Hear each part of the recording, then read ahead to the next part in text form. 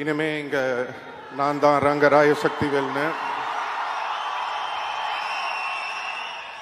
அந்த டைலாக் வந்ததுக்கு அப்புறமா சோஷியல் மீடியாவில் எல்லா இடத்துலையும் வந்து நான் ஒரு விஷயம் பார்க்குறேன். கமல் சாருக்கு அப்புறம் இவர் தான் அந்த இடத்த பிடிக்க போறாரு. ஸோ கமல் சார் வந்து இவருக்கு அந்த இடத்த வந்து இது பண்ணியிருக்காரு அப்படின்லாம் சொல்றீங்க. நான் வந்து ஒன்று சொல்லணும்னு ஆசைப்படுறேன். தேவர் மகன் ஒரு படம் இருக்கு. அந்த தேவர் மகன் படத்துல வந்து சிவாஜி சாரும் கமல் சாரும் நடிச்சிருப்பாங்க. அப்போ சிவாஜி சார் கூட கமல் சார் நடிச்சதுனால it doesn't mean Sivaji sir இடத்துல போய் கமல் சார் உட்காந்துக்கிட்டாருன்னு அர்த்தம் கிடையாது.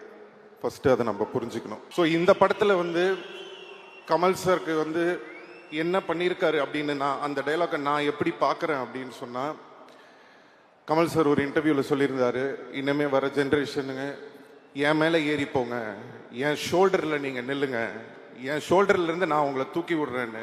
சார், நான் உங்களை ஒரு ஏணிப்படியாக தான் சார் பார்க்குறேன். அந்த ஏணியாக நீங்கள் இருந்து என்னை ஏறி போங்க அப்படின்ற மாதிரி தான் நான் அதை எடுத்துக்கிறேன். உங்கள் மேலே கால் வச்சு உங்களை மிதிச்சு போல சார், உங்களை மதித்து தான் சார் போகிறோம்.